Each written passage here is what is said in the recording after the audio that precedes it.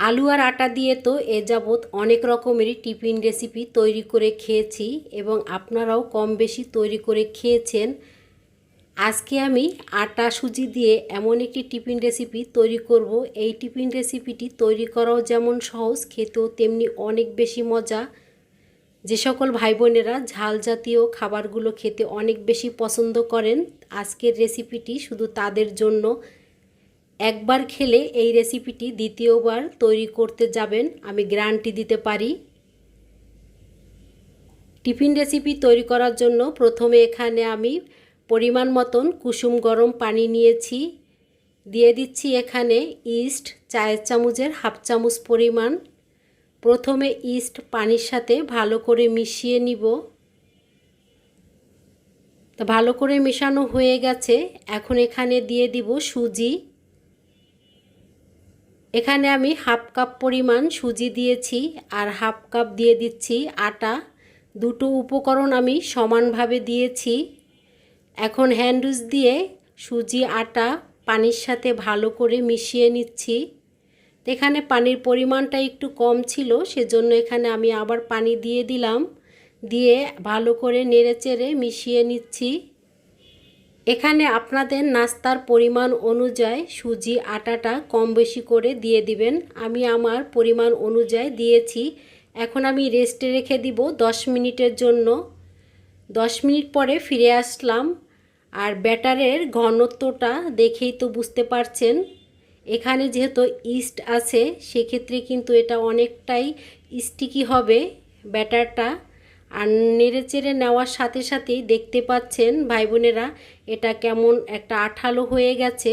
তো এখানে আমি দিয়ে দিচ্ছি পরিমাণ মতন লবণ, সামান্য পরিমাণ চিনি দিয়েছি, গোলমরিচের গুঁড়ো, বিট লবণ, ঝালের জন্য চিলি ফ্লেক্স।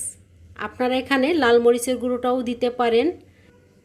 ঝাল এবং ফ্লেভারের জন্য এখানে কুচানো কাঁচামরিচ দিয়ে দিলাম। আর দিয়ে দিচ্ছি এখানে টক দই, 2 টেবিল চামচ পরিমাণ টক দই দিয়েছি, সামান্য একটু পানি দিয়েছি।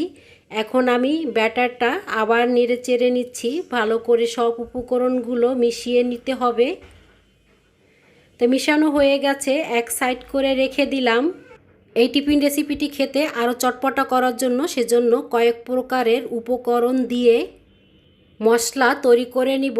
চায়ের চামচের হাফ চামচ লাল মরিচের গুঁড়ো, অল্প করে চাট মশলা দিয়ে দিব। এতে করে উপরের সাইডটা অনেকটাই চটপটা হবে। আর দিয়ে দিয়েছি এখানে সামান্য পরিমাণ বিট লবণ।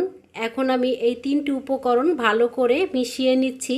মিশিয়ে এক সাইড করে রেখে দিলাম। আর এই টিফিনটি খাওয়ার জন্য এখন আমি চাটনি তৈরি করে নিব। আর চাটনি তৈরি করার জন্য এখানে আমি ধনেপাতা নিয়েছি, রসুন কুচি, আদা কুচি পরিমাণ মতন দিয়ে দিব। ঝালের জন্য 2টা কাঁচামরিচ দিয়ে দিচ্ছি। দিয়ে দিব এখানে টক দই, তা পরিমাণ মতন টক দই দিয়েছি। এখানে আমি 4 চামচের হাফ চামচ পরিমাণ চিনি দিয়েছিলাম, স্কিপ হয়ে গেছে। সাদা লবণের পরিবর্তে এখানে আমি বিট লবণ দিয়েছি।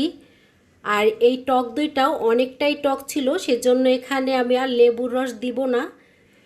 চাটনি তৈরি হয়ে গেছে, একটা বাটিতে ঢেলে এক সাইড করে রেখে দিলাম।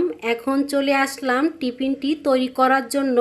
তাই এখানে ফ্রাই প্যান নিয়েছি। ফ্রাই প্যানে প্রথমে ব্রাশ দিয়ে একটু তেল লাগিয়ে নিয়েছি। 1 হাতা পরিমাণ ব্যাটার দিয়ে দিচ্ছি। আর এই টিফিনগুলো আমি বড় করে তৈরি করব না, একটু ছোট ছোট করে তৈরি করব, সেক্ষেত্রে কিন্তু দেখতেও অনেক বেশি ভালো লাগবে। ঝাল চটপটা মশলাটা যে তৈরি করে রেখে দিয়েছিলাম সেখান থেকে সামান্য পরিমাণ উপরে ছিটিয়ে দিলাম। এখন আমি 2 মিনিটের মতন ঢাকনা দিয়ে ঢেকে রেখে দিয়েছিলাম। আর 2 মিনিট পরে ঢাকনাটা তুলে দেখতেই পাচ্ছেন টিফিনটা কিন্তু তৈরি হয়ে গেছে। এখানে কিন্তু উল্টিয়ে পাল্টিয়ে এই টিফিনগুলো ভাজার আর প্রয়োজন নাই, এভাবে এক সাইড ভাজা হয়ে গেলেই টিফিনগুলো তৈরি হয়ে যায়। তো এখানে আবারও আমি 1 হাতা পরিমাণ ব্যাটার দিয়ে দিব। উপরের সাইডে মশলাটা দিয়ে দিচ্ছি। যে সকল ভাই বোনেরা ঝাল ঝাল টিফিন রেসিপিগুলো খেতে অনেক বেশি পছন্দ করেন তারা এভাবে একবার তৈরি করে খেয়ে দেখতে পারেন। বিকেলের টিফিনের জন্য এর চেয়ে সেরা টিফিন আর হতেই পারে না, অনেক বেশি মজা পাবেন। তাই দেখতেই পাচ্ছেন 2 মিনিটের মতন ঢাকনা দিয়ে ঢেকে রেখে দিয়েছিলাম। টিফিনগুলো কিন্তু খুব সুন্দরভাবে তৈরি হয়েছে আর দেখতে উপরের সাইড কতটা লোভনীয় হয়েছে। তাই এই এক এক করে আমি সব টিফিনগুলো তৈরি করে নিচ্ছি। আর এভাবে এই টিফিনটা যদি এই চাটনির সাথে খাওয়া হয় এতটা যে মজা পাবেন আমি গ্যারান্টি দিয়ে বলতে পারি। রেসিপিটি ভালো লাগলে একবার ট্রাই করে দেখতে পারেন। তা একটা আমি ছিঁড়ে খেয়ে দেখাচ্ছি। টিফিনগুলো কিন্তু খুব সুন্দরভাবে ফুলেছে আর ভিতরটা কতটা জালিদার হয়েছে দেখেই তো বুঝতে পারছেন। যে সকল ভাই বোনেরা ভিডিওটা দেখতে দেখতে এই পর্যায়ে চলে আসছেন তাদেরকে অনেক অনেক ধন্যবাদ জানাচ্ছি ফুল ভিডিওর সাথে থাকার জন্য। রেসিপিটি ভালো লাগলে একটা লাইক দিয়ে দিবেন যদি লাইক দিয়ে না থাকেন। আর এভাবে নিত্য নতুন রেসিপি দেখতে চাইলে চ্যানেলটি সাবস্ক্রাইব করে চ্যানেলের পাশে থেকে যেতে পারেন। আজকের মতন এই পর্যন্ত, আবার দেখা হবে নতুন একটা রেসিপিতে।